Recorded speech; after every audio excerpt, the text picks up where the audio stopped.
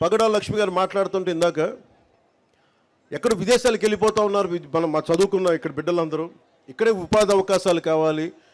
ఆవిడ ఎంత చక్కగా మాట్లాడారంటే స్కిల్ డెవలప్మెంట్ యూనివర్సిటీ కావాలి. ఒక్క పురుషుడు అడగలేదు ఈరోజు దాకా, కానీ ఒక ఆడబిడ్డ అడిగింది. ఇంకా చెప్పండి, నాకే ఐడియా రాలేదు. స్కిల్ డెవలప్మెంట్ సెన్సెస్ తీసుకోవాలని అనుకున్నాం, కానీ స్కిల్ డెవలప్మెంట్ యూనివర్సిటీ పెట్టాలంటే ఒక ఆడబిడ్డ చెప్పగలిగింది.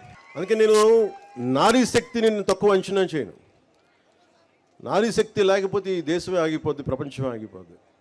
అలాంటి నారీ శక్తికి నేను వందనాలు అర్పిస్తున్నాను. అంటే మీరు ఇచ్చారమ్మ ఈ రోజున, వెంకటలక్ష్మి మనస్ఫూర్తి చెప్తున్నాను, మీరు ఇచ్చారు ఈ రోజున. నేను ఇది గౌరవ ముఖ్యమంత్రి చంద్రబాబు గారి దృష్టికి తీసుకెళ్తాను.